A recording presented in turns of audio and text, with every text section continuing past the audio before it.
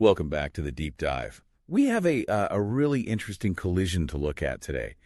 It's a story about two things crashing into each other that, on the surface, seem like they have absolutely nothing to do with one another. It's a bit of a macaroni and cheese situation. Yeah. Two distinct ingredients that create something totally different and, frankly, much more valuable when you combine them. Right, so on one side of the table, we have this massive, almost tectonic shift in the economy of the South Bay here in California.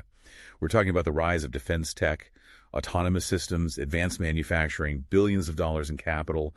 And on the other side, we have a marketing strategy. It sounds a little trivial when you put it that way. It does. It feels like bringing a squirt gun to a tank battle. But the source material suggests this is a very specific, almost counterintuitive methodology for how professionals, specifically real estate brokers, can actually capture that massive economic shift. Exactly, because the companies moving into the South Bay, it's changed radically. We're talking about companies building autonomous submarines and 3D printing rocket parts. Yeah. But the supply side, how brokers market themselves, is honestly still stuck in about 2015. And that is the friction point we are exploring. We're looking at a stack of sources today that paint a picture of Silicon Beach evolving into something, well, much grittier. We've got news on massive expansions in El Segundo and Long Beach. And we're pairing that with a methodology from Voxel Microvideo Labs called hyper-niche video dominance. Which, let's be honest, sounds like a buzzword salad until you actually dig into the mechanics of it. It totally does. Yeah. But the premise is deceptively simple. Stop trying to be everything to everyone. The mission for today is to connect these dots. We want to show how the exploding defense tech market, that's the demand, can be captured by this specific Voxel content strategy. Because if you're a professional in this space looking at these sources, there's a massive opportunity being left on the table right now. It starts with accepting that the landscape has just fundamentally changed. We aren't just talking about app developers and social media startups anymore. The hoodie and laptop era of Silicon Beach is shifting toward, hard hats and security clearances. So let's unpack this. Let's start with the headline news from our stack. If you drive through El Segundo or Long Beach right now, you might notice things feel, well, heavier. That is the defense tech explosion. The sources we're looking at detail a massive influx of specialized tenants, and this validates the region's new status. It's becoming a premier global hub for defense technology. And we aren't talking about small players here. One of the articles highlights Chaos Industries. They're an El Segundo-based defense startup, and they just hit unicorn status. Now, for listeners who don't follow venture capital daily, what does that actually signal? So a unicorn is a startup valued at over $1 billion. But in the context of defense, it's even more significant than in software. It means institutional money-big venture capital is betting heavily that the future of national security involves technology being built right here. It's a huge signal of longevity. Exactly. These companies aren't disappearing in 6 months. They're planting roots. And it's not just finance. It's physical footprints. Look at Robos.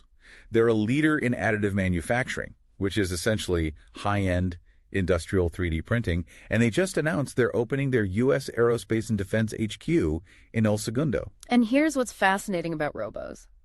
When they were asked why El Segundo, they didn't say, because the weather is nice, or it's close to the beach. They specifically cited the density of industrial defense leaders. That's the cluster effect, right? Precisely. It's a core economic concept. Companies go where the talent and the infrastructure already exist. If you need rocket engineers, you go where the rocket engineers live. And once a few big players set up shop, it creates a gravitational pull for everyone else. It becomes a self-fulfilling prophecy. But if we really want to talk about scale, and this is the number that genuinely blew my mind, we have to talk about Endural Industries. They are investing $1 billion into a new campus spanning Long Beach and Lakewood. It is a massive commitment. The size mentioned in the report is 1.18 million square feet. I struggle to even visualize that. How big is that, really? Think of it this way.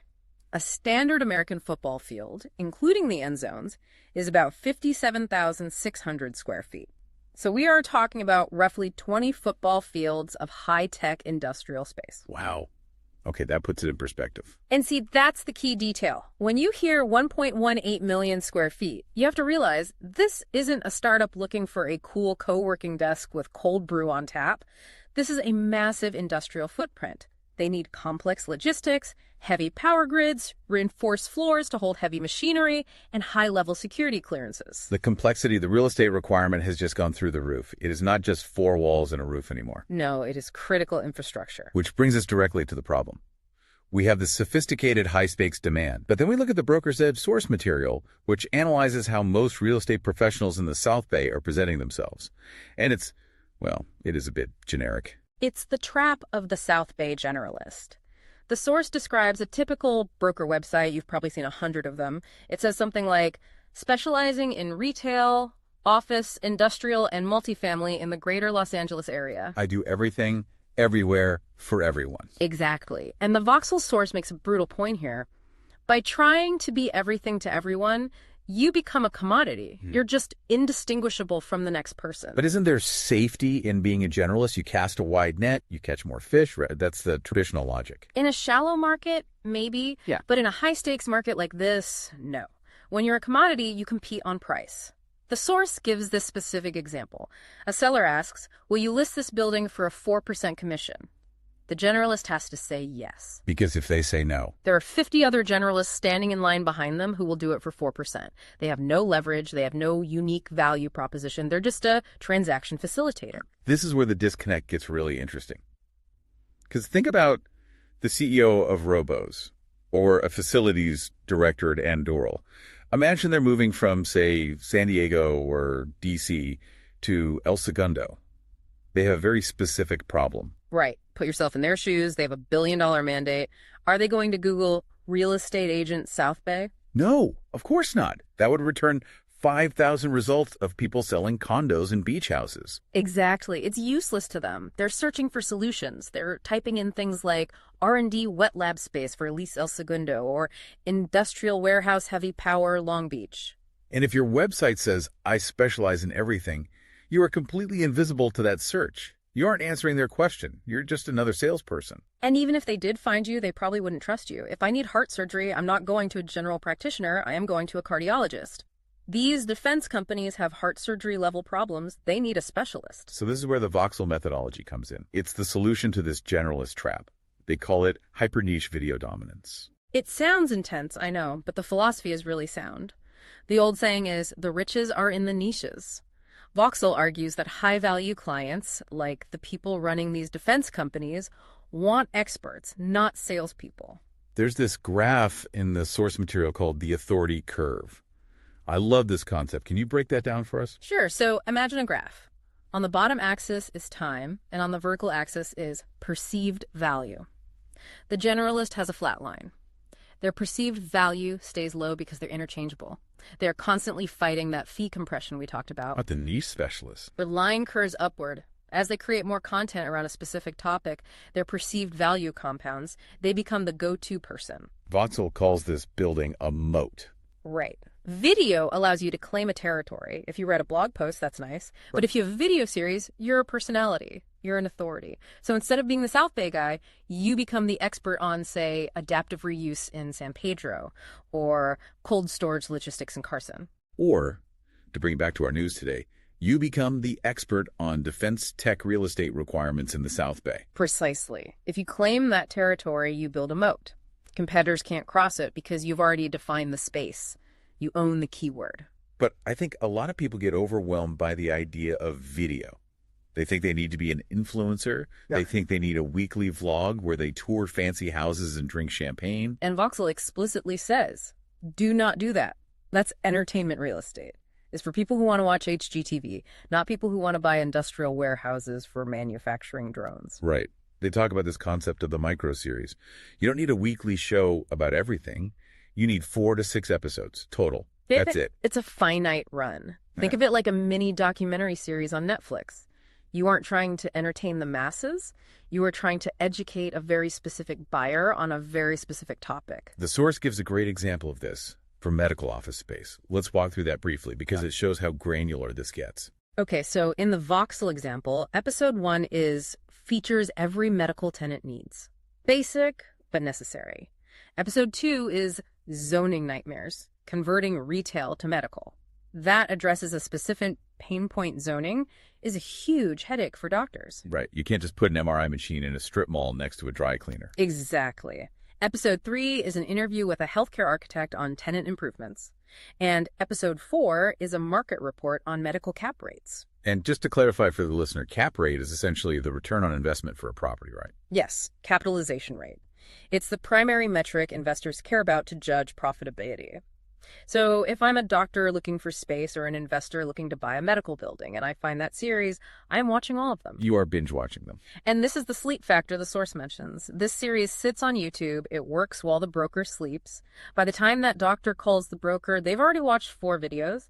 They know the broker knows this stuff. The interview is effectively over. So let's play this out for our defense tech scenario. This is the complementary story we wanted to build. Let's say I'm a broker in El Segundo. I see Endural expanding. I see Chaos Industries hitting unicorn status. I want to use this Voxel strategy. What does my micro-series look like? Let's brainstorm this. Well, it wouldn't be medical office, obviously. It would be titled something like Industrial Space for Aerospace and Defense in El Segundo. Okay, so episode 1. I would start with the biggest technical pain point, power and privacy. What do fast startups need in a warehouse? You talk about heavy power requirements, 3-phase power, high amperage, and you introduce the concept of SCIFs. SCIF. Sensitive Compartmented Information Facilities. Basically, soundproof, spy-proof rooms where classified work happens. If you were a broker and you can explain how to retrofit a warehouse for SCIF, you instantly have credibility that 99% of other brokers don't have. That is gold. Okay, episode 2. The zoning grid, where you can actually manufacture in the South Bay, because you can't just build missiles next to a coffee shop or a kindergarten. There are very specific heavy industrial zones. True. You need to know where the red lines are. Episode 3. Bring in an expert. Interview with the defense contractor liaison on facility compliance. Or maybe an interview with a specialized contractor who knows how to reinforce floors for heavy machinery. And episode 4, looking at the Gandural news, could be logistics and scale.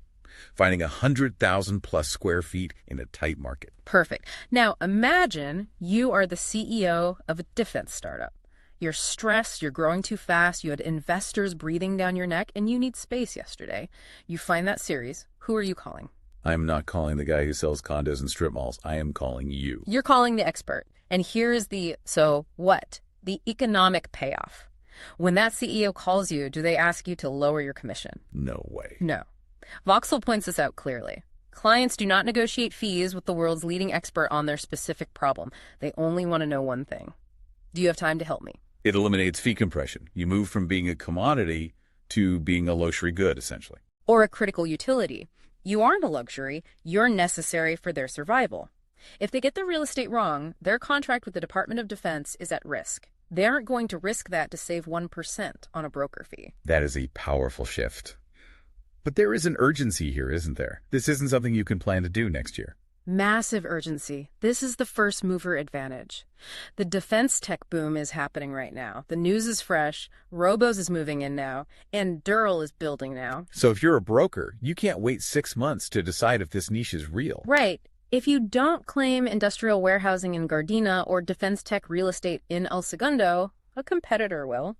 The first broker to film this series wins the niche. It's a winner-take-all dynamic for that specific search term.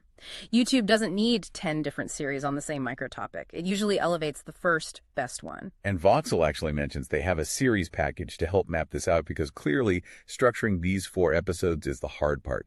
You have to know what the client is actually asking. That's the key. It's not about what you want to say. Nobody cares about your awards or your sales volume. It's about answering the questions the client is typing into Google at 2:00 a.m. when they are panicking about their facility needs. So let's recap the mission here. We started with the demand. The South Bay is transforming. It's becoming a global hub for defense tech with massive players like Endural and Chaos Industries requiring complex industrial real estate. That is the market reality. The opportunity is huge, but the requirements are strict. And then we have the strategy. The generalist model is dead. Or at least it's a race to the bottom. The winning move, according to Voxel, is hyper-niche video dominance, creating a specific 4-part microseries that establishes you as the undisputed expert for these specific tenants. It connects the dots perfectly. The news provides the why now, and the Voxel methodology provides the how. It's about moving from I sell real estate to I solve complex infrastructure problems for defense contractors. And that is a very different business card and a much bigger paycheck. It really is. So here's a final thought for you to chew on.